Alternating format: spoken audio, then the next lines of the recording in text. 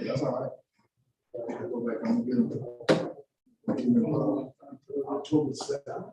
When did you think of 2 weeks? That's right.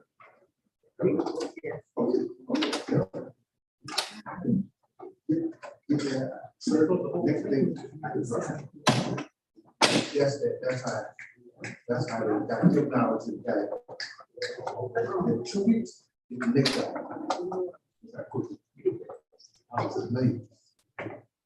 Amazed.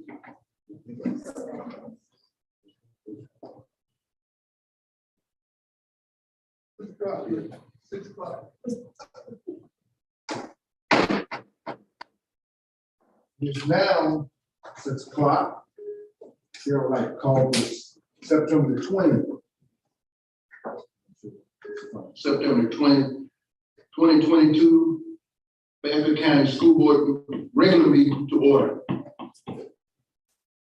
The public has been duly notified, and I do confirm quorum.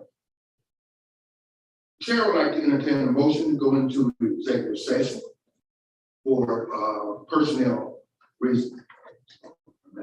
Mr. Chair, Yes, ma'am. I make a motion, we enter executive session with personnel matters. Second. Motion made by Ms. Harris, seconded by Mr. Davis to go into executive session for personnel matters. All in favor, show by the raising of the right hand. That would be 7-0. This time we're going to go into executive session. We will not be in executive session no longer than 30 minutes, probably about 15. Thank you.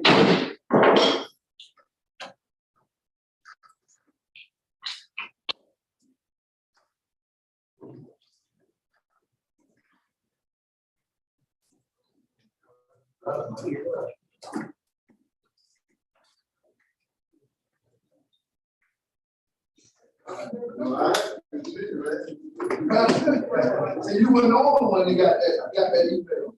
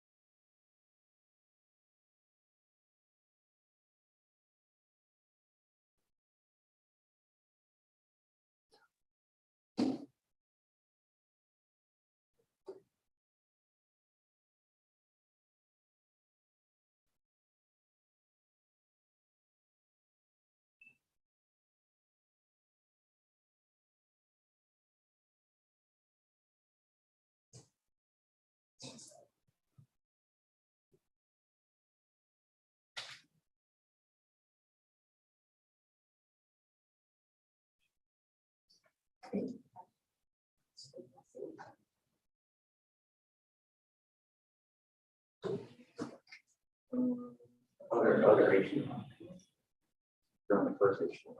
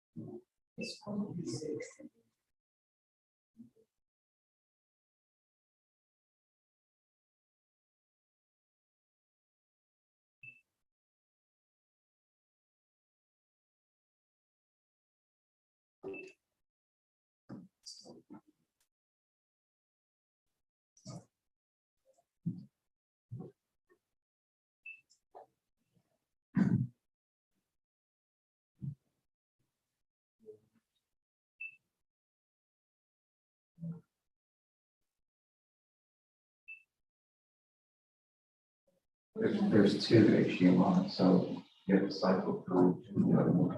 So it's it doesn't work.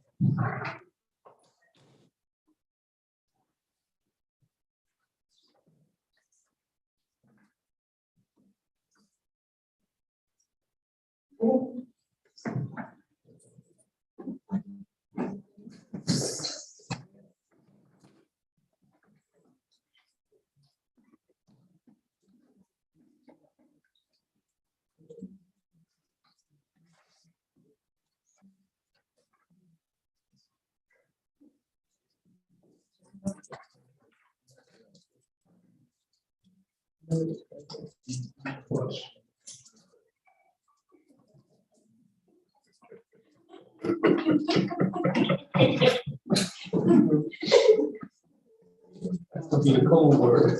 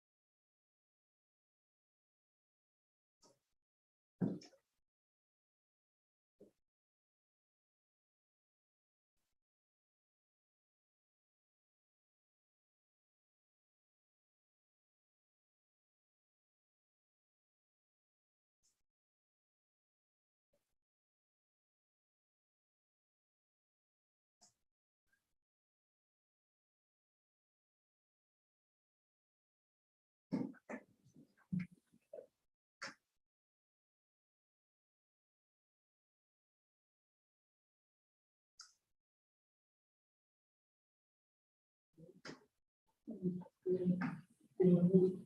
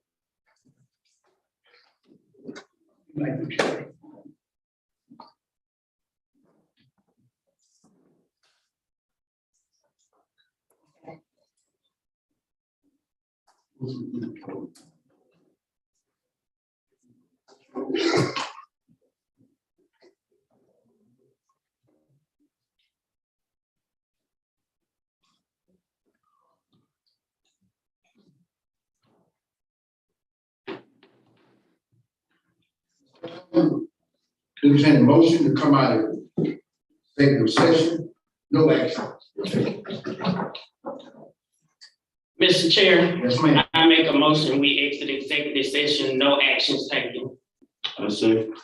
Motion made by Ms. Harris, second by Mr. Davis, to come out of executive session. No action were taken. All in favor, show by raising of the right hand. That's 7. The time, we just wanted to welcome everyone to our September 24th meeting. We do appreciate you. You know, it's so many people out there that supports the Fairfield County family. You know, and sometimes we think it's a thankless job, but we do appreciate I'm talking about from the board to the superintendent, to all the staff, because without you, we're nothing. We're nothing. So we thank you, and thank you for supporting the Fairfield County School District. At this time, Secretary, pledge allegiance. Please stand for the pledge of allegiance and a moment of silence. Pledge allegiance to the flag of the United States of America and to the republic for which it stands, one nation, under God, indivisible, with liberty and justice for all. Please remain standing for a moment of silence. Amen. Thank you.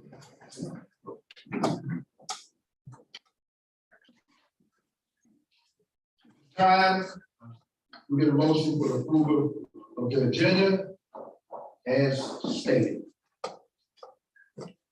Mr. Chair, Yes, ma'am. I make a motion to approve the agenda as presented. I second.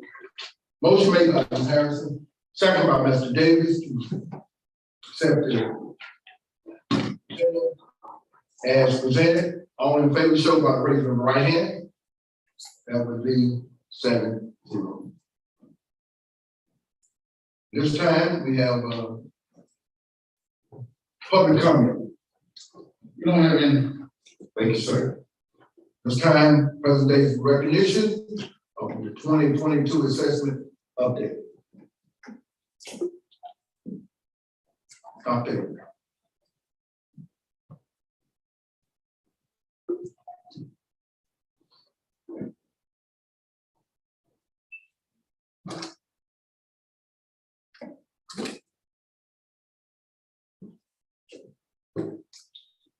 Good evening. Good evening. Tonight I will share with you a summative assessment update. And I would like to, first, before I begin the presentation, just know that this presentation is part one of 2 presentations that I will share with you regarding our summative assessment results from the 2021-2022 school year. I'm sure many of you are aware that the majority of our assessment results, while they have been released, we do have some of our assessment results that are currently still under embargo from the State Department of Education. So with that in mind, we plan to, in August, to share with, or in October,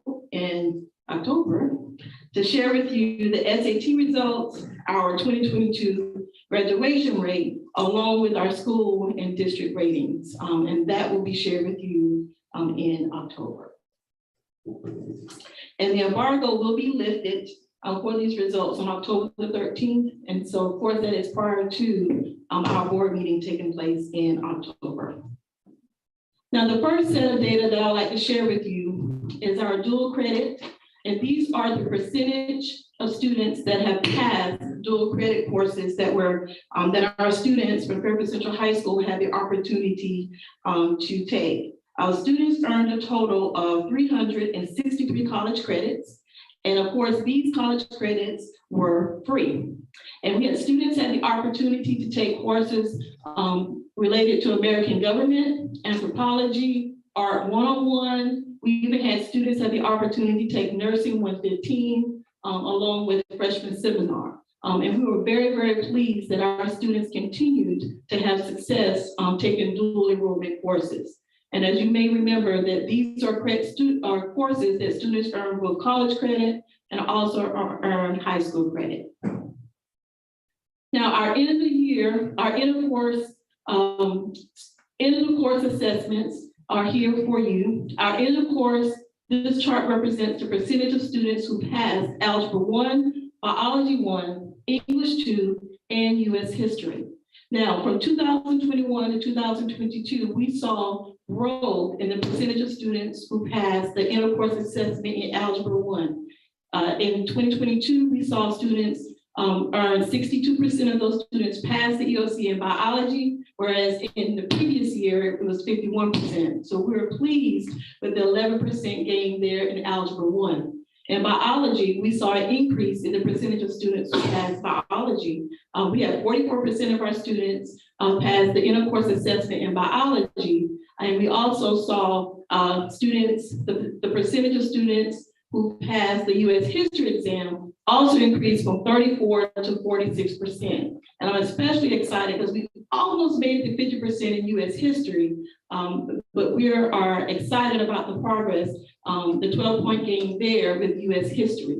We did see a slight decrease in English 2 as it relates to those students. 74% scored, 74% of those students passed the EOC in English 2, whereas in the previous year we had 76%. So we did see a slight increase, but regardless, we are pleased with the success of our students as we're continuing to rebound from the pandemic.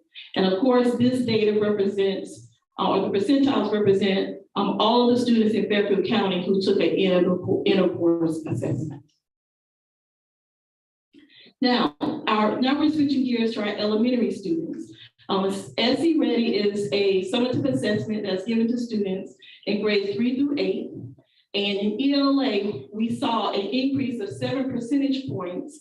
38% scored meets and exceeds. And we saw in math a slight increase from 25% in 2021 to 27% in 2022. So we made some slow, steady progress there in both ELA and in math. Also, we had students in grades 4th and 6th grade to take the SE Pass in science. And we saw an 8-point increase from 21% in 2021 to 38% in 2022. So we are pleased with the progress and the steady improvement that our students are making as relates to the number of students who scored meets and exceeds. Just to give you a few highlights of some of our district achievements that we are very proud of, we had 361 students, 363 dual credits were earned by our students. We had 61 students achieved in the 90th or above percentile on the SE Ready ELA assessment. 42 students achieved in the 90th or above percentile on the SE Ready math assessment. We also had 3 students achieve a perfect score on the SE Ready math assessment, and 1 student scored a perfect score on the SE Pass science assessment. 1 student achieved the highest attainable score on the SE Ready ELA assessment, and then we had 8 students receive a platinum certificate on the ACT Work Keys assessment. We do plan to recognize those students that are mentioned there above during our upcoming board meeting. So you'll have an opportunity to see those students who scored at the highest level. Are there any questions? Mr. Chair, Yes, ma'am. Dr. Avery, we still in a pandemic, been 2 years, but I think those children are doing exceptionally well during this pandemic. It's been a struggle. The first year really was a struggle, but really, I mean, this state said that those kids has to be tested, and that's what they do, but it really doesn't determine really what those kids know. They know a lot, and we still in the pandemic, so they are doing very well during this time. It's a difficult time, and I don't know when we're gonna get out of this time. Thank you. And I will say that schools, in response to the data, many of our schools have already started their intervention related to targeting those students based on our most recent assessment data. And then also some of our schools have already started their after-school programs to also help students who may need additional support. The students will be receiving their first quarter report card in a few weeks. So I anticipate those numbers in our after-school program increasing based upon those report cards that will be distributed to parents. Thank you. Anybody else? I got Dr. Avery. I'm going to piggyback on what Ms. Harrison said. Now, where are we, I guess, comparing to other districts? Where are we, you know what I'm saying? You know, is everybody a little down? Are we right there? I mean, that's my question. How are we? Well, I will share with you, we will get the final numbers so we can compare where we are with district like ours in next month. Our plan was to share that data with you tonight, but unfortunately we did not have that information in time. But I will share with you, statewide, there was a drop in the math statewide, and they also saw some growth in ELA. And I am proud to say we did not match the trend of the state where we saw a decrease in math overall. Even though we only had a slight increase by 2 percentage points as it relates to the math achievement, I am most proud of the fact that in recent years, US history EOC has been somewhat of kind of like the Achilles heel that we've been trying to kind of jump over. But now we're making steady progress, and we're close to 50% of our students passing the EOC, which is huge. And then we also have, if you look here back at the chart, we have 74% of our students that are passing the EOC assessment. And we replaced things, we replaced Read 180 at the high school and some of our other elementary schools to help boost our ELA achievement. And I think a lot of the things that we've put in place has helped increase our achievement overall and to help us continue to rebound from the pandemic. Mr. Chair, yeah, there's some things I want to say about the summative assessments. And, you know, as superintendent, I always view these assessments with a grain of salt. Okay. You know, the reality is we started this whole process back in 1998, passing the Education Accountability Act, of beginning this whole hyper accountability effort. We started administering all these assessments to young people, and it was supposed to really improve the academic performance of young people. Quite honestly, the system is designed to always have what I call a normative distribution, which means that you are always going to have a few people doing very well in the system and good little people doing poorly, maybe some people in the middle. And that is because of how our system is designed. It's designed to do exactly what it's doing. I'm gonna share an example with you in a second. This whole process of determining what is proficient and what's not proficient is a subjective process. So when people think about whether a kid passed the EOC Algebra 1 assessment or passed the US History or passed SC Pass, the question is, what does that really mean? Okay, so you say, well, a kid didn't meet standard in ELA, does that mean the kid can't read? No, it doesn't mean that. I mean, it can maybe read very well and still not meet that standard because of the whole process of determining what cut scores are. So I give people this example. I can give you a test on Little Red Riding Hood, okay? And I can set the cut scores where nobody up here can pass. Or I can set the cut scores where everybody up here can pass. And part of the problem is the subjectivity, the adjustments that people make when it determines who is successful based on these assessment and cut scores and who are. I want to show you an example of something. If I pull up this next slide. I remember back in 2015, and I shared this, the PowerPoint that I told you. I remember back in 2015 when we had 88% of our students that passed Algebra 1. 88% passed Algebra 1 in 2015.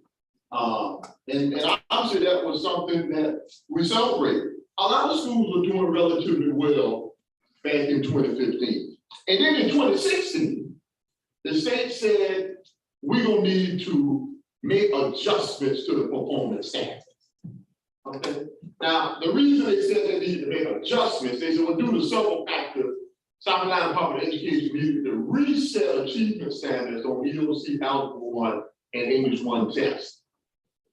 So everybody was doing good, but we need to make some adjustments to the cut score. Now, I can be a cynic, but Pastor Jackson, kind of what I interpreted from that was too many people doing good, we got to make some adjustments to the cut score. Okay. Too many people doing good, we got to make some adjustments. Well, that's me being a cynic. They didn't say that, I said. All right. So it's the South Carolina moving college career standards, revisions of algebra, English content standards all the time. So the standards were met back then, does not meet minimally meet the expectation, meets the expectation, exceeds the expectation. Okay. Comparison of old and new. So in 2015, and this is for the state, okay, based on the current cut scores in 2015, you had 18% of students who made F's. Based on the new cut scores, you had 26% of students who made F's. Now, that's if the students did exactly the same as did the previous year. That's based on just making an adjustment to the cut score. You see, just making an adjustment to the cut score, you go from 25% of students making A down to 9% of students who made A. So I just want to illustrate the importance of who's determining what the cut scores are. And as long as somebody can make adjustments to what the cut scores are, we can always manipulate what the numbers look like. That was based on Algebra 1. We see that the same thing in English 1, where we saw a huge increase in terms of the number of students who would be making F's based on the new system. I just want us to always look at these particular assessment results, recognizing that At any point in time, if we have, and I'm talking about as a state, any point in time as a state, and it's been happening since 1998, anytime you see any particular assessment where lots of people are doing well on the assessment, we always get some kind of recentering of score. And so when we start looking at scores or longitudinally and saying how we're doing over time, so we can see that increase that Dr. Avery talked about from 2020, 21 to 21, 22. And all of a sudden see a decrease in 2022, 23. And that doesn't necessarily mean that students did worse. Okay? Because the results can show that students didn't do as good simply because you adjust that score. So we have 3 different performance areas on SC rating. Dr. Avery didn't really talk about this. They have meets expectation, exceeds expectations, approaches, which nobody's quite sure what that means. So we always have a bunch of kids that approach it and does not meet expectations. Okay, I'll tell you, just because a kid is not at meets expectation doesn't suggest that a kid not doing good in school.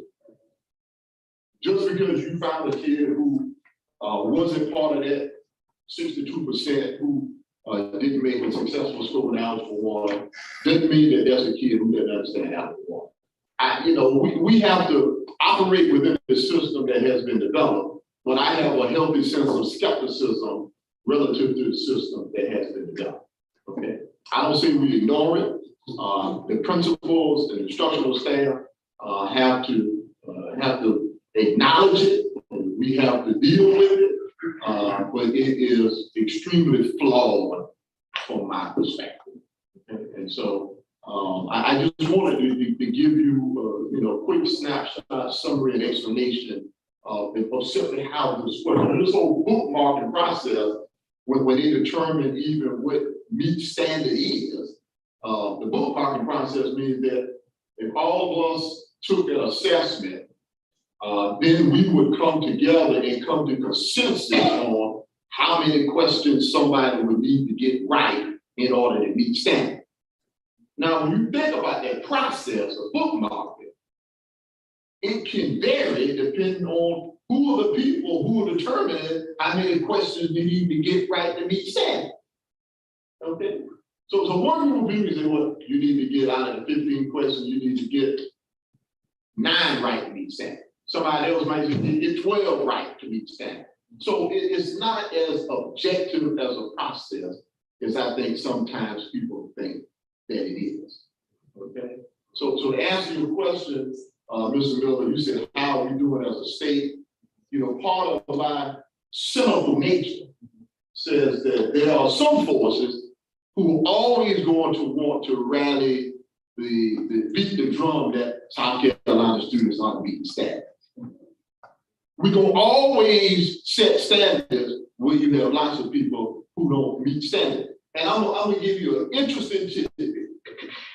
So this year, we had basically a voucher legislation that passed the House and passed the Senate, where they were going to provide public dollars to private schools to send children to public schools, to private schools.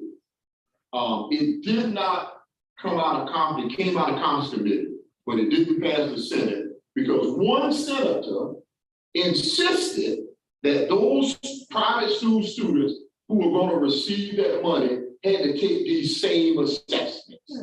That seems to be a pretty simple thing. If you want to send the public dollars to the private institution, let them take the same test that the public students have to take. Well, guess what? It didn't pass because they were adamant that those students shouldn't have to take those same tests. And I said, well, if the tests are fair and you feel as if you were doing a better job, then why not let them take the same test? Which is what this senator was saying. If the tests are fair and you feel you can do a better job, then let them take the same test and we can compare apples to apples. Folks, let me tell you what, that won't happen, okay?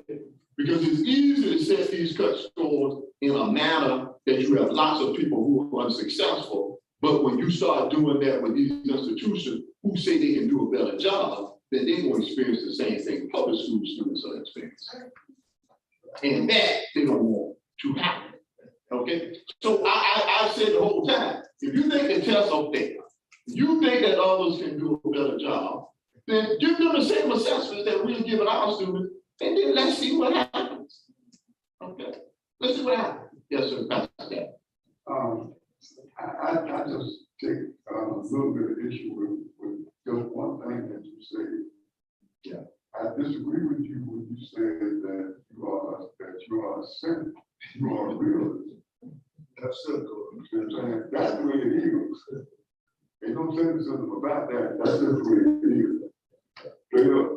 Makes me angry every time I talk about it, so I try to keep my mouth shut. Well, Pastor Jackson, sometimes I get in trouble for running off that. Maybe I shouldn't say, but I've been doing it so long, it's too late to turn back now. But that's the reality. And so we continue to create these assessments. I gave, y'all probably remember this, at a breakfast one of my faith-based business partner breakfasts. I gave everybody in the room an 8th grade reading assessment that we give students. It was an 8th grade reading assessment that's supposed to mirror the SC rated assessment. Okay. I gave, and these all adults, business owners, I gave everybody. Let me give you a copy of it. I did what a whole test. I think it might have been 7 or 8 questions. And I want you to see what we give an 8th grade student to determine whether they can read. Well, Mr. Miller probably remembers this. Most of the people in the room didn't get the questions right. And I don't think anyone in the room would say, I don't know how to read. I don't know how to comprehend. I mean, these are questions. You read these questions, you're like, wow. Man, it's hard for me to figure out what this answer could be. Oh, I didn't tell them, but I took the test before I gave it to them. I only gave them about 7 or 8 minutes. I took about 35 minutes on that. I mean, I had to read it, and I got a PhD. I had to read it, go back, look at the question, go back, read it again, go back, look at the question. I mean, it was really that hard to figure out what the answers could have been.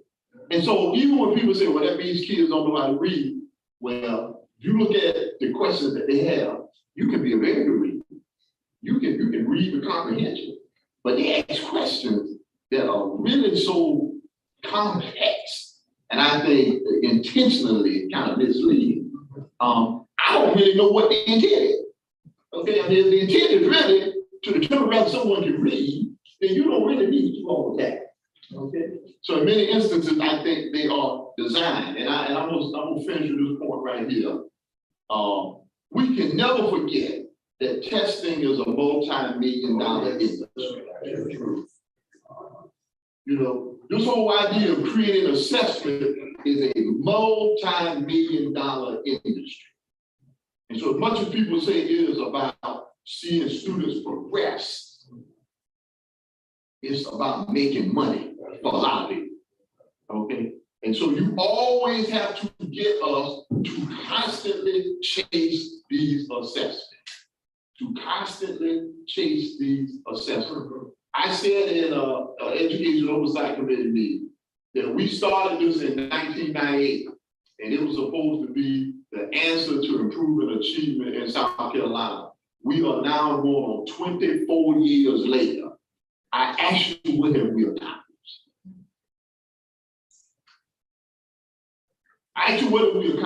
We've been going through this hyper accountability, all these assessments, school report cards. We've been doing all this since 1998. I would simply ask, what have we accomplished as a function of that? So, we continue as a school system, and the Board of Trustees, to have to respond to the data. I am very proud of the way our schools, our teachers, our administration is growing students each and every day, regardless of what the cut scores are and what they say meet standard, that meet standard. I tell them, just focus on growing kids. You focus on growing students, everything else will take care of itself. And we'll deal with whatever the results are. But we are in the midst of what I consider to be a hyper accountability movement, which is designed, quite honestly, where you can always have winners and losers. I think it is designed, quite honestly, to try and diminish the public's confidence in public schools. Right?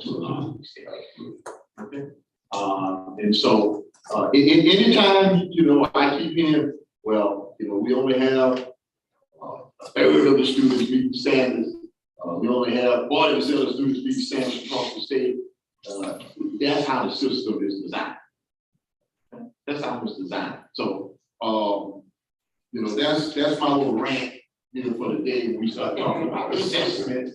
And anybody who's in the listening audience who disagrees with me, give me a call. I'll be happy to have some conversations with you about it. Thank you. Any other questions for me? David?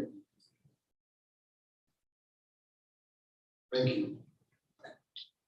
At this time, we're gonna have board minutes from August 16th, 2022.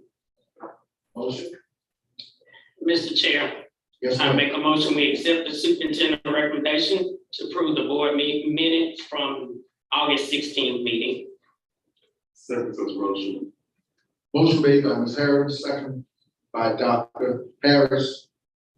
Accept the motion, accept the minutes, August 16th, 2022. All in favor, show by raising of the right hand.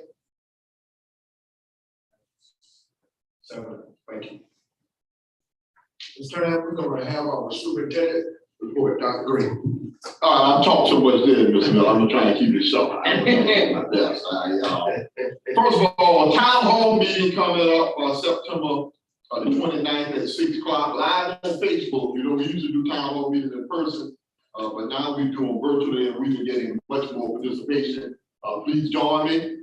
Anything's on the table, but if you want to talk about doing town hall, we'll talk about it. Okay, and so we welcome all of our parents, family, staff, students, community members. Please join me on the 29th to talk about the wonderful things going on in Fairfield County School District. Also, we're gonna have, I think, 100+ students that will attend the True Vista Lunch and Learn event. I'm going to attend that as well. That is going to be September the 29th also, from 11 a.m. to 1 o'clock at Chester War Memorial Building. And so we're excited that our young people will have an opportunity to participate in that event. That's sponsored by True Vista. On a sad note, two former superintendents from the Fairfield County School District have earned their wings. Dr. Rose Wilder, who served as Fairfield County School District Superintendent from 2001 to 2003, passed away in August. And Dr. Clarence Willie, who served as the Fairfield County School District from 2004 to 2007, passed away in June. And so we offer our condolences to the families of Dr. Willie and Dr. Wilder. I didn't know Dr. Willie, but I had an opportunity to work with Dr. Wilder over the last many years. And she was an absolutely beautiful spirit. And she will be missed.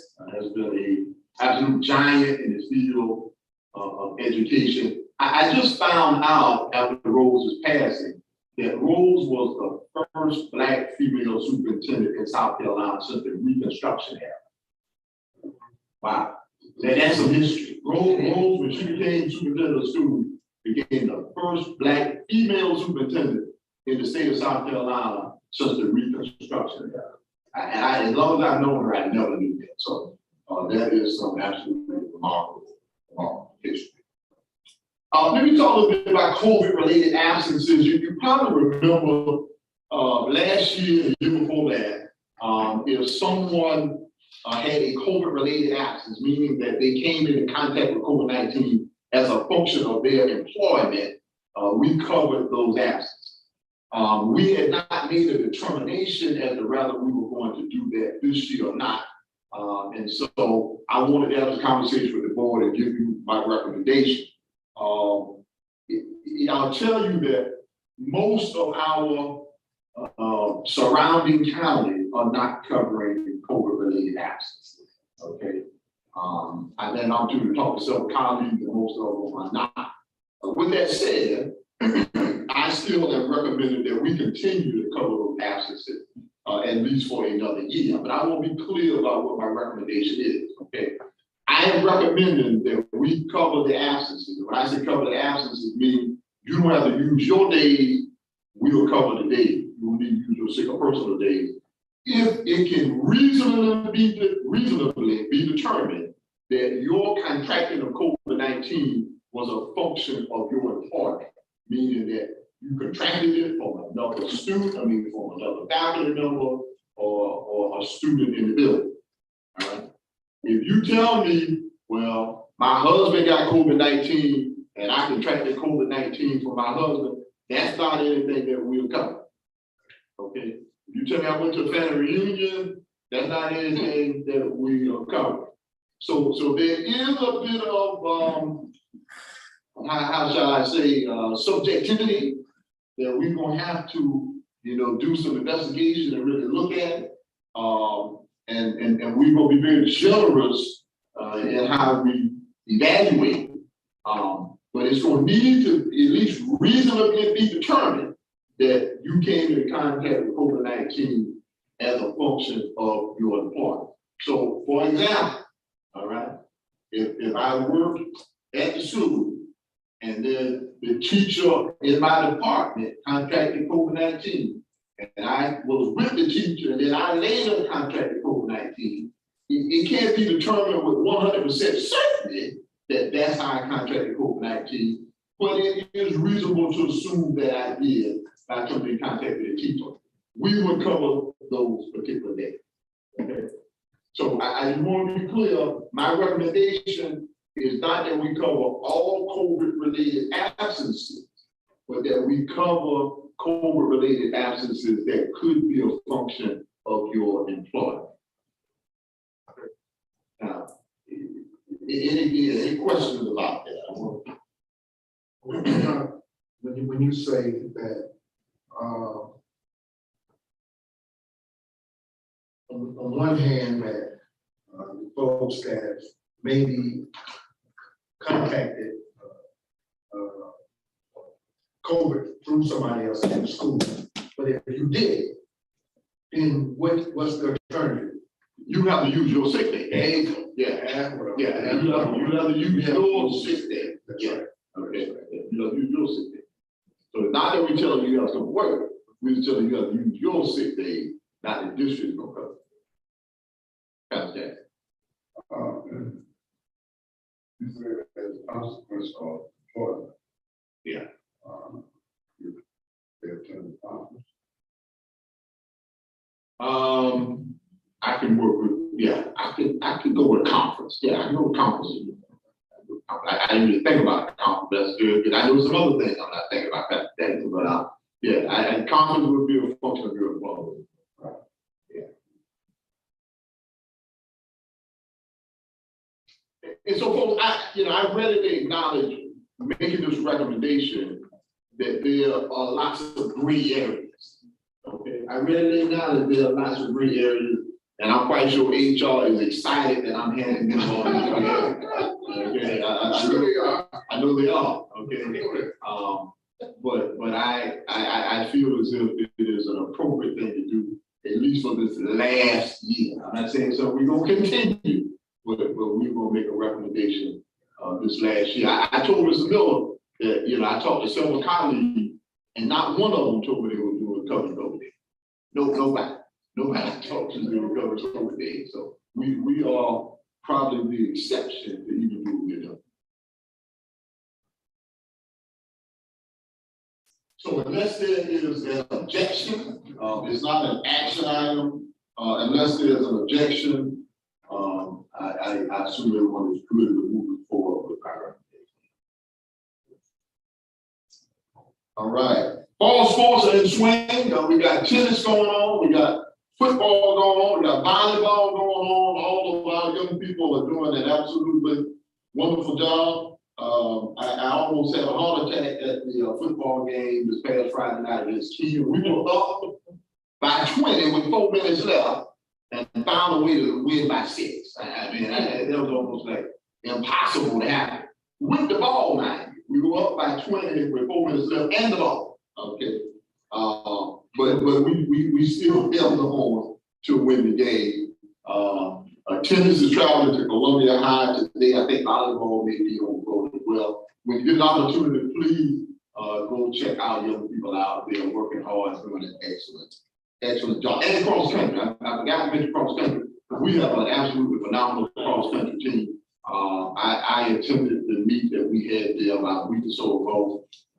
And the boys came in first place and the girls came in first place. They were really slow. Yeah, they were absolutely slow. So if you get an opportunity to check out cross country, please check them out as well. Let me piggyback off that, if you don't mind. That's great. That a lot of times that I guess we, as board and administration, we should support all of our schools. Dr. Green ain't the only one should be supported. Okay, some parents say something to me. But Dr. Green, he didn't come to the JV football team. I'll tell you exactly what he said. God, the man is at cross country. He's at tennis matches. He's all over the place. So maybe he's trying to do his best to support all of the sports. But if we can, I'm just asking the board if you got the schedule, we give Ms. Wallace and Shutters all the schedule, maybe we can get some of those, and don't let everybody look at Dr. Green, hold him accountable. He ain't one man. Thank you. Well, I told Mr. Miller the story, and Mr. Miller, I made a JV game last Thursday. I made a JV game, so they won't keep me there. I made a JV football game last Thursday. But I remember when I was a principal at Central High School, and someone told me the same thing. Well, Mr. Green, I didn't see you at the I don't know what game it was, but not the girls softball game. I said, okay, I didn't make a game, but I said, but I want you to think about this. I go to everybody's game. I go to everybody's events. I mean, I go to chorus or band or football or cross country or soccer. I said, but all you go to is one thing. I want you to just grant me some leniency, because when you just support one sport, I got to support all the sports. And so I think when people look at it through that kind of lens, and not even sports, I mean, I think, people realize that not only do we need to support the kids who are participating in sports, but if orchestra has a concert, we need to support orchestra. Chorus has a concert, we need to support chorus.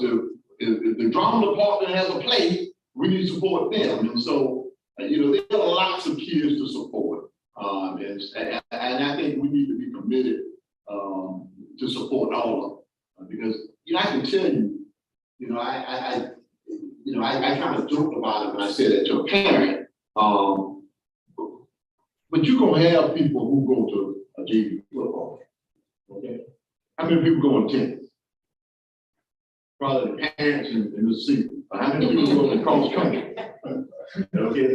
How many people go to cross country? Probably the parents in Mississippi. Who go to volleyball? I mean, it's the parents. I mean, so there are some sports that probably even more of a priority for me to try and go to, because I know historically they don't necessarily get people to support them. Okay, and so if you even think about what sports and events that you want to support, I would encourage you to think about it through the lens of what are the activities that people are less likely to go to, and make that a problem. Because I can tell you, it means a lot to all of them. But definitely when you go to these events that people generally do not support, it means a lot. Okay, and so we do these kind of non-revenue events and these kind of activities that don't necessarily get a lot of support. It means it means the world to them. To go to a cross country meet, because people generally don't go cross country. I mean, they go to football, basketball, those things. Those kids get so excited when they see you come to the cross country. Wow, you came to the cross country meet. I mean, they'll thank you for coming to the cross country meetings. The man says, thank you for coming to the cross country meeting. You come to tennis side. And they don't thank you for coming to the tennis side. Because, it's generally, it's just a secret to tell you, the parents, who support those kinds of activities. And so, we get an opportunity to please check. Mr. Miller, I was gonna ask about the schedule too, because I kind of felt bad. Little girl walked up to me from the middle school. So Miss Harrison, I play volleyball. I want to see you at the volleyball game. So I made it my business to try to get the newspaper, which had some of the schedules, but it's kind of hard to keep up with them when I like to keep my stuff in my notes on my phone. That way I can look at them, but she made me feel kind of bad. So I'm gonna make it my business to go to some of them games. I have Ms. Wallace to send you a schedule, and folks, I can almost tell you, there's something going on there every day. You know what I mean? Anything you free, there's probably something going on with your middle school, your high school, there's always something going on every single day. Chairman Miller, Yes, sir. it's funny that you mentioned about Dr. Green, because same others that was after him hit me up saying I could feed everybody else, but I didn't go feed JB. So knowing him, he walked over there and they was on me. So I ended up calling Italian Garden ordering 8 pizza at the last minute to feed them. So yeah, I knew exactly how he felt. So yeah, it was good. You know the bubbles, right? Yes. Because I'm used to it. I mean, I'm used to it. I'm used to it. So they always go fuss at me about something. I'm used to getting fussed at. Folks, we have a new sub provider in the district, ESS. For years, we have been going with Kelly Services. Kelly Services was really struggling to meet our needs. So we're transitioning to ESS. We're hopeful that they do a little better job of recruiting subs to the district. As a function of that, we have negotiated some new rates with ESS that I think will improve their ability to recruit subs. And I want to just share with you what those new rates will be. For instructional staff that have the high school diploma, the daily sub rate will be $80. For instructional staff that have a 2-year degree, the daily sub rate will be $90. A 4-year degree will be $95. If you are a certified staff member and you sub, we'll give you $125. But if you are a long-term certified sub, we'll give you your daily rate based on salary scale. We'll give you your daily rate. So if you just saw me kind of intermittently as a certified person, you'll get $125, but if you're a long-term sub, you'll get your daily rate based on salary scale. For non-instructional staff to include clerical, custodian, and food services, that rate will now be $10 a day. With that said, and I want, particularly my classified staff to really recognize that we are committed to improve classified compensation in the district. And that is absolutely going to happen during the upcoming budget season. Okay, and so I've already had conversation with Chairman Miller, I've had conversation with Mr. Robinson and Ms. Sowell. That is a priority for us. Unfortunately, the state has done a relatively good job of addressing 2 categories of employees throughout the state of South Carolina in the education sector. That's teachers and bus drivers. Okay. But we have left behind to a certain extent all other classified positions to include custodians, instructional assistants, cafeteria workers, and the like. And so it is going to be our responsibility to figure out a way to make some substantial adjustments to that this budget season. So anybody who's saying, well, JR, you just made some adjustments to the sub rates. What about the full-time people? It's coming. I want you to think that we've forgotten about it. We are definitely going to do that, but that will happen during the budget session this year. Any questions about that? Let me thank County Council, Chairman Bell, and the other full council members. Yeah, they get around the Yeah, for passing the tax incentive for the teacher benefit that I think is going to be a model for rural communities, not only in South Carolina, but also across the state of South Carolina. As I listened to some of the dialogue during the county council meeting, there was a statement made by at least one council member that said that we are basically giving away $42,000 in tax relief. And it's important that we remind people that the property with which the teacher houses will be built has been owned by the school district since about 1981, 1982. And some people may not know it, but the school district doesn't pay property tax. All right. So for the last 40 plus years, the county government has gotten zero money for this property in terms of tax revenue. So the suggestion that all of a sudden, because we are providing tax relief on property that you never got money for in 40-something years, suggests that you've given up $42,000 is baffling, to say the least. Okay.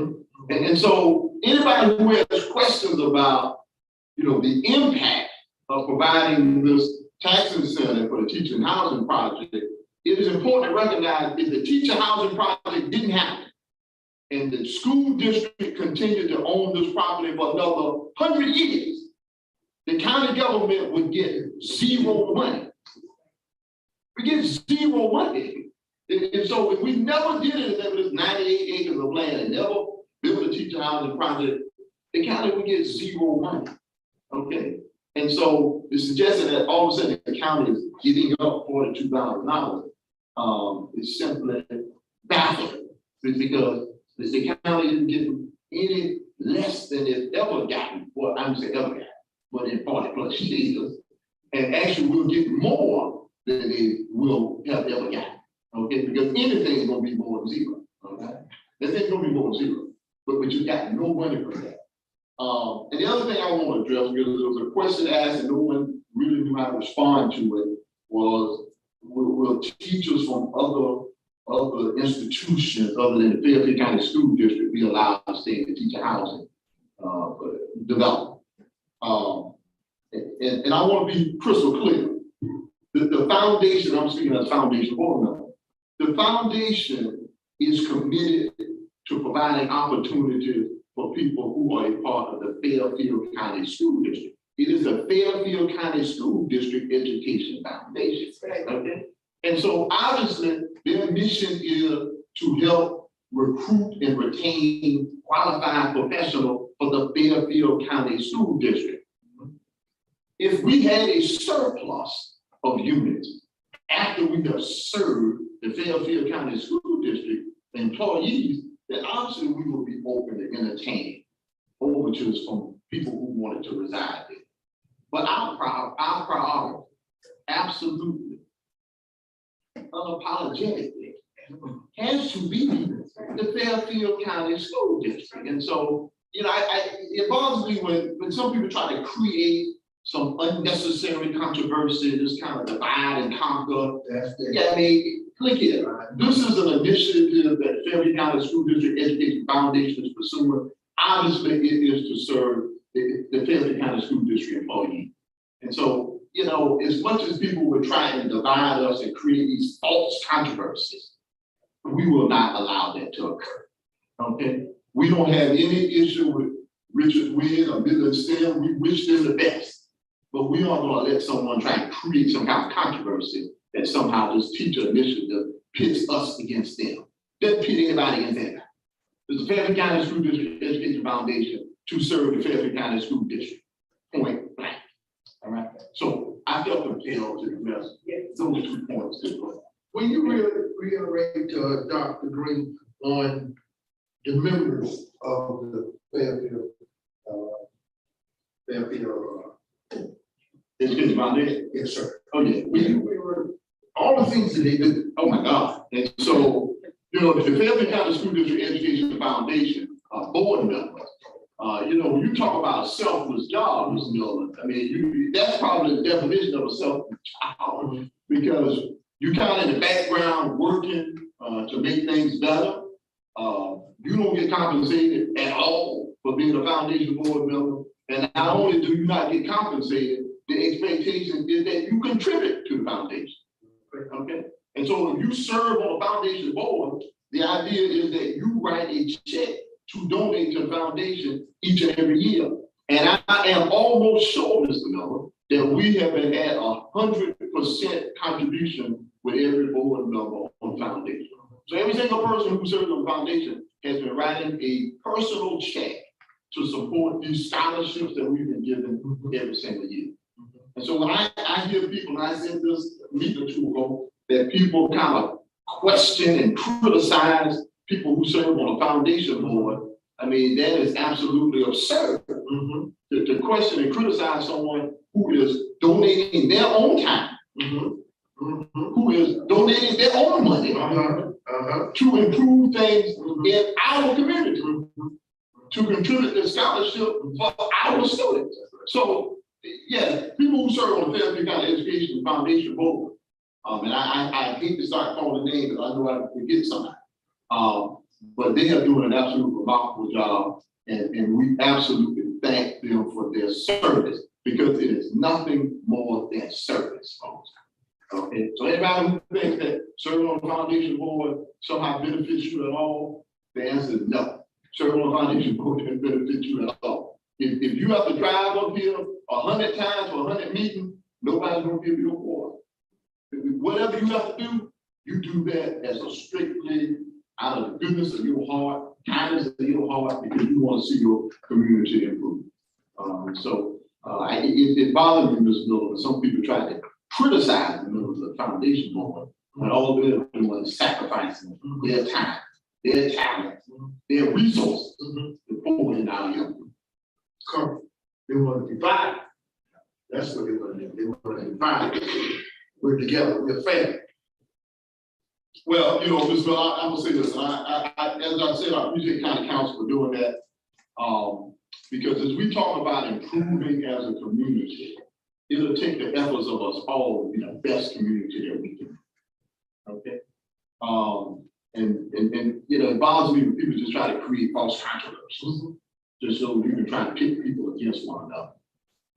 If anything leaders should be doing is to try and figure out a way how you bring people together to improve our community, not tear people apart to destroy our community.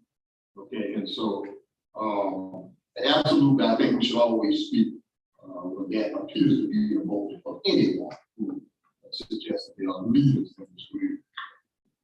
You know, I'm gonna end on a positive note. You know, I should win too many times. You know, I'm gonna be relatively brief on this right here. Fairfield Baptist School for Math and Science. All right. Was one of 297 schools across the country to be named a blue ribbon, let me back up, a national blue ribbon school of math. Okay. The Fairfield Baptist School for Math and Science was one of 297 schools across the country that were named a 2022 National Blue Ribbon School of Excellence.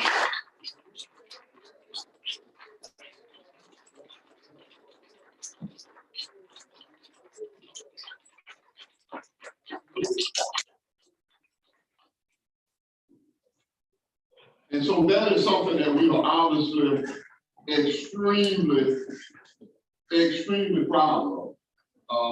And although we've had a little celebration the day that it was announced, the celebration is just beginning. Okay, we're not gonna let it go that easy, Mr. Davis. We got some more celebrating to do for such a distinction. Okay, as Mr. Miller said earlier, this is the first time in our district's history that we've had a national Blue Ribbon School of Excellence. And, you know, some people may not recognize this, but public and private schools are named National Blue Ribbon Schools of Excellence. I think this past year there were maybe 274 public schools and 22 private schools, somewhere in that ballpark. that were named National Blue Ribbon Schools of Excellence. And so this is a big deal. It's a big deal, okay? Let's talk about how we're gonna celebrate. Obviously, we've already gone to the magnet school, the date announcement was made. We announced it to the students, Dr. Whitfield did, announced it to the staff, and the students were so hyped and excited. I don't even know if they knew why they were so hyped and excited. But they were hyped, I'm telling you what, they were hyped and excited. September the 19th through October the 1st, we're gonna unveil a digital billboard, and that was September the 19th, that was yesterday. So I guess the digital billboard is already up and running. If it's not, it'll be up and running soon. All right, but we're gonna run the digital billboard for 2 weeks, celebrate Fairfield Magnet School for being a Blue Ribbon School. September the 28th at 9:30, we're gonna have a parade. I don't know the parade route yet, but there will be a parade that starts somewhere and ends at Fairfield Magnet School. That's gonna be September the 28th at 9:30. September the 30th, we are going to have a celebration at Fairfield Magnet School. We've invited our legislative delegation. I've invited Superintendent Spearman. She's trying to make some adjustments to her calendar, so I'm not 100% sure whether she can make it. Obviously, you all invited. We will celebrate this outstanding achievement. October the 14th, student celebration during lunch recess. They're gonna have pizzas and Pelican snowball truck. October the 17th, I'm going to congratulate the staff doing their PD day. So I go down to Fairfield Magnet School and congratulate them once again doing PD day. October 18th, they will come to the school board meeting and give you an opportunity to recognize the faculty and staff. And December the 16th, we're going to take the staff out to dinner. We're going to take the staff out to dinner on December the 16th. So, folks, I can tell you, you're going to see bumper stickers, you're going to see flags, you're going to see banners, you're going to see billboards. I mean, we're going to really celebrate this Blue Ribbon School of distinction. So we look forward to you joining us on some of these events, parades, celebration, whenever you are able to join us. Any questions with anything that I said? Dan? I said, where you going to dinner? You said, well? Yeah. They plan to do a Ruth Chris. Okay. Yeah, Ruth Chris. Yeah. You don't want a Blue Ribbon Award every day. So you gotta do it big in the street. You gotta do it big. Yeah. So yeah, we're very appreciative of Dr. Whitfield and her leadership team, the faculty and staff, the students, the parents. I mean, you don't get to a Blue Ribbon Award without a lot of people putting a lot. That's very difficult to achieve. There are a lot of great schools that never want to do it. I got one question. A lot of work to make that I got happen. one question. Yeah. Dr. Do you know, or maybe someone that, how many schools are in the United States? Anybody tell me? Yeah, so yeah. So there are I think 1,300 schools in that. 100 and some odd thousand schools, but 130,000 schools in the United States. Yeah, I think 130,000 schools in the United States. I want y'all to think about that. 130,000 schools. I'm gonna give you that number, Doctor. I'm gonna Google that while you're on here, right? This little school from Winsburg, South Carolina, population under 25,000 in the whole county. Little Winsburg got a Blue Ribbon School. That's amazing. I went mad. So Google said there are 130,930 schools in the United States, public and private. 130,000. Only 296 or 97 were chosen. That's a mathematician. What percentage is that out of that? We give it on the spot. Yeah, they tell me that's the 1%. Yeah, that's the 1%. That's amazing. That's amazing. That is amazing. Again, you know, and they're just not with the management, just all our schools that just show you this is a small town, this is a small county, it's producing. We're producing in the school district level. Yeah, I was just introduced my Blue Ribbon Award. You know, quite honestly, this is something that everyone should celebrate. But this is something whether you are affiliated with the Fairfield County School District, whether you have students who are part of the school district, whether you have nothing to do with school. This is something our entire community should celebrate. But honestly, you know, there are so few schools that ever won a National Blue Ribbon Award. This is something our whole town and county should be celebrating. Yeah. And so I would hope that everyone rallies to celebrate such an accomplishment, because it does nothing to hurt our community. It does nothing to hurt our disability, it hurt our ability to attract new industry, new people. I hope everyone celebrates this. And as if it were you that was winning the award. Thank you, Mr. Mayor. Thank you, Dr. Curriculum instruction, Dr. Avery. He already did go. No, I didn't go. I'm sorry. Yeah, you did go real quick. We are looking much better relative to COVID. I'll tell you, knock on wood, our COVID numbers have remained relatively steady, and in many instances has began to even decline.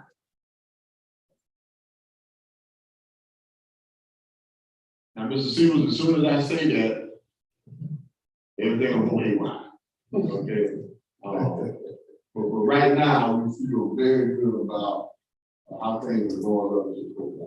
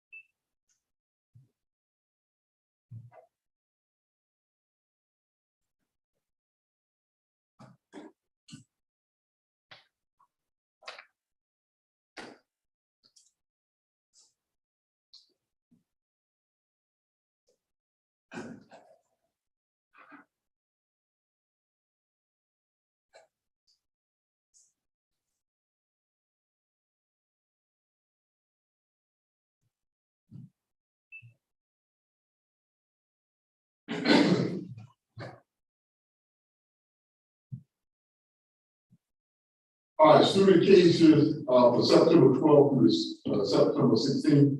Remember, isolations are positive cases. We no longer do quarantine based on VA protocol. So that means we had 3 positive students during the week of September 12th. Staff cases, we only have 1 isolation for the week of September 12th through September 16th.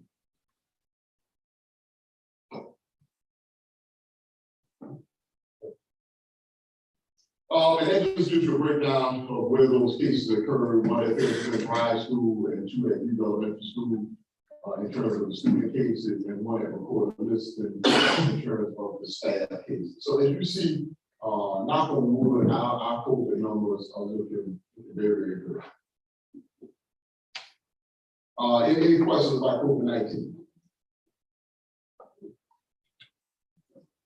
I'll tell you that you know, we have a mask optional policy, if you will, and so you'll probably go to some schools, particularly elementary schools, you see more students wearing masks than you do at secondary level. And you'll go to some elementary schools and see more kids wearing masks than other elementary schools. So it just kind of depends on where you are.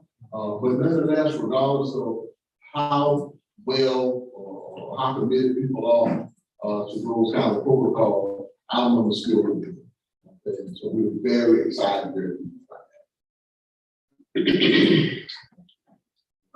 Now, Dr. Curriculum instruction, Dr. Abrams.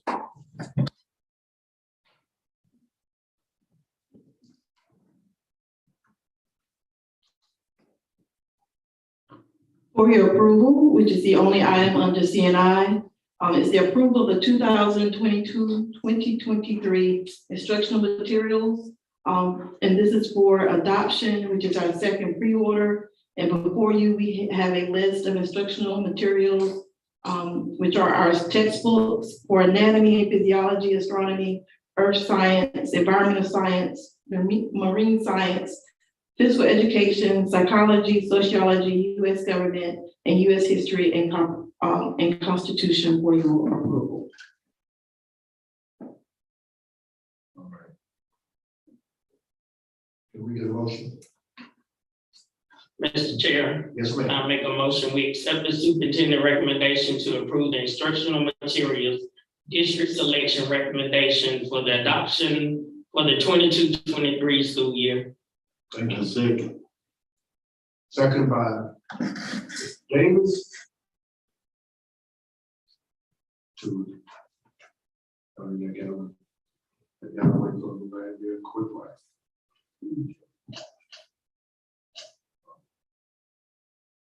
I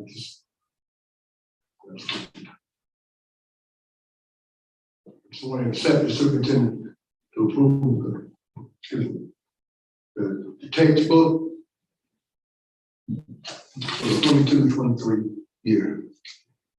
All in favor, show by raising the right hand.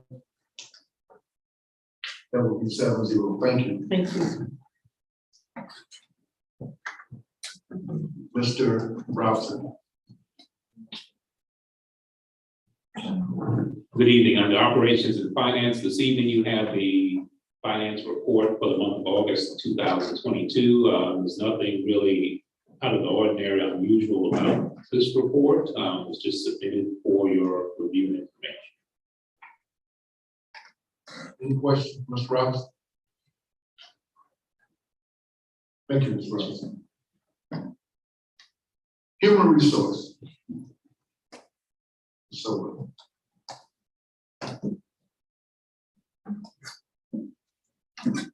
Good evening, Mr. Chair and members of the board. This evening, under Human Resources, item 1, the superintendent recommends the board approve certified resignations and terminations. This is presented in Exhibit 1. Can I get a motion? Mr. Chair, Mr. Chair, Yes, ma'am. I recommend that we accept the certified resignations and termination that's presented in Exhibit 1. Thank you. Can we get a second? I second. Motion made by Mrs. Green and second by Ms. Harris. Accepted superintendent recommendation, certified resignation, termination. All in favor, show by the raising of the right hand. That would be 7-0. Mr. Chairman, under item 2, the superintendent recommends the board approve certified professional educators for the 22-23 academic year. These are presented to you in Exhibits 2A and 2B. Can I get a motion? Mr. Chair, Yes, ma'am. I make a recommendation, we accept the superintendent to approve the board certified professional educators for the 22-23 academic year, Exhibit 2A, Exhibit 2B. Can I get a second? I second. That's you, Ms. Green, over there? Yeah. Motion made by Ms. Harrison, second by Ms. Green to accept the superintendent recommendation to approve the certified resignation, professional education of the 22-23 academic year. And that was that 2A? 2A, 2B. 2B. All in favor, show by raising the right hand. That would be 7. Thank you, Ms. Sutton. Thank you. Move on to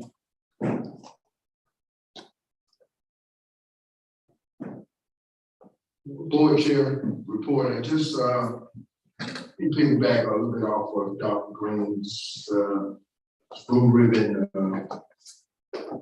school. It's just something that's magnificent. And you know, it has to be celebrated. We just gotta tell somebody. You know, I often use that phrase, Pastor Jackson, in the old saying that poor frog got praises on the pole. Right. If we don't praise it, Lord, it starts with us. We the custodians of this district. We, the board, all 7 of us, long time. If we don't praise this district, who's gonna praise it? And so it's something that is actually unbelievable. I'm just gonna tell you the truth. It is unbelievable. The small town, the small county. And so I applaud the magnet school, but not only do I applaud the magnet school, I applaud all of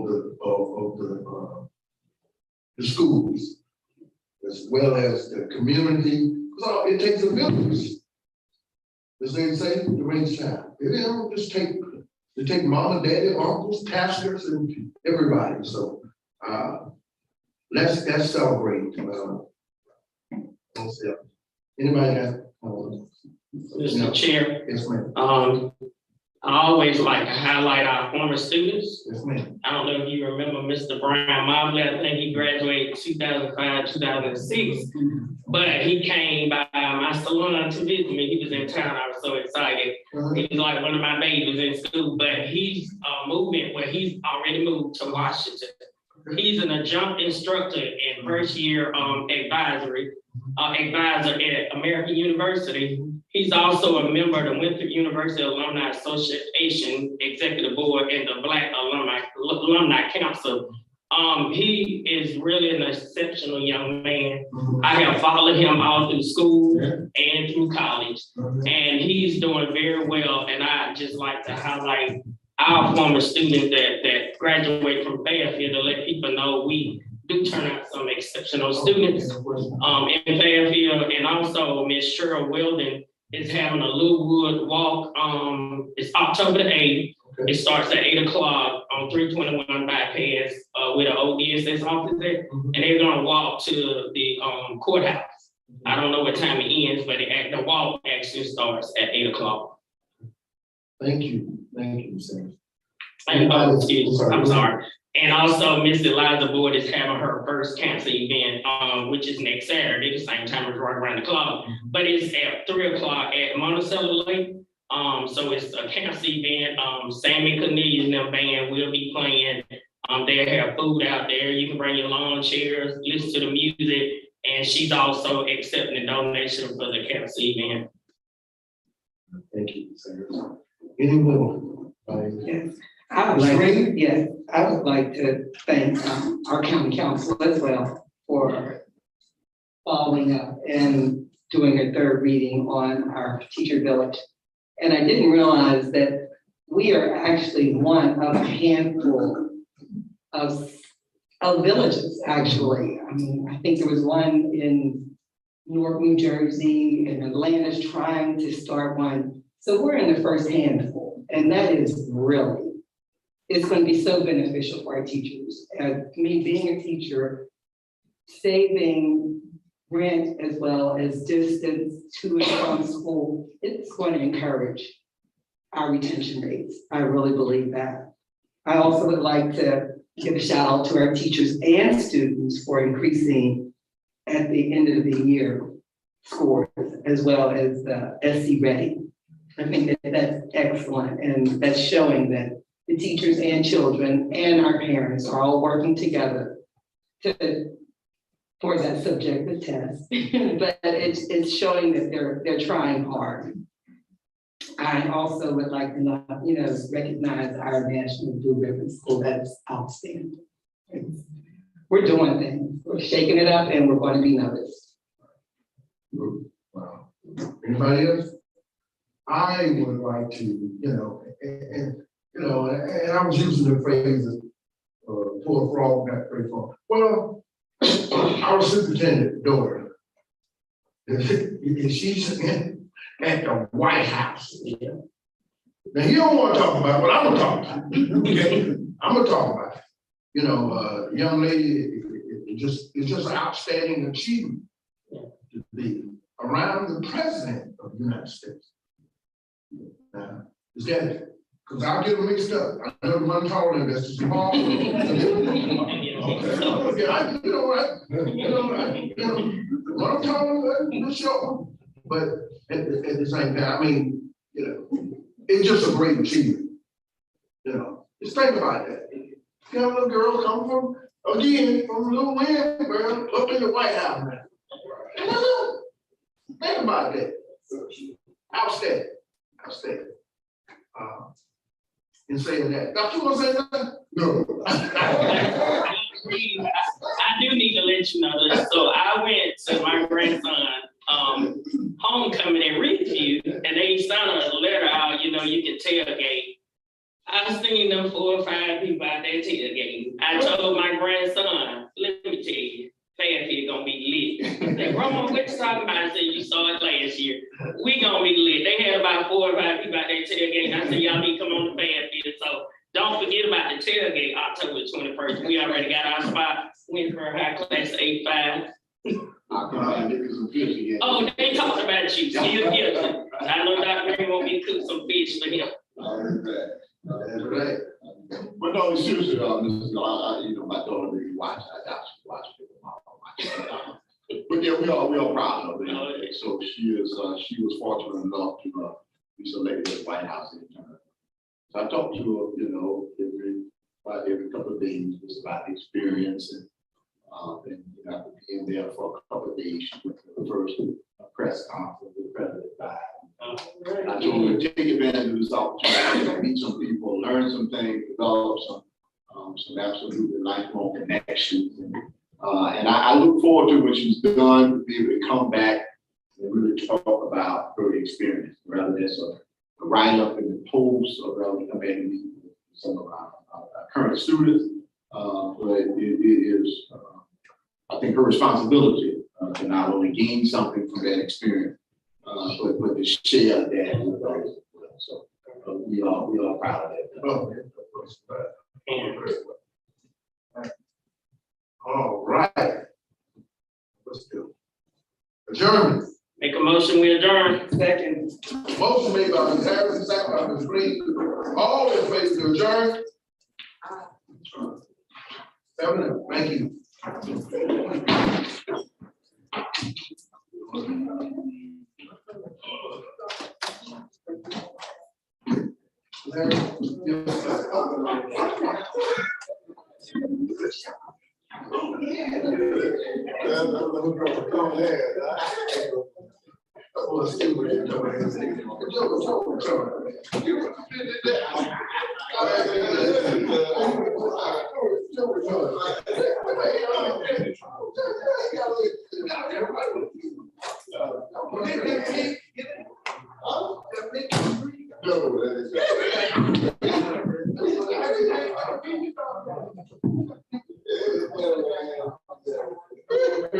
ready. That's a great thing.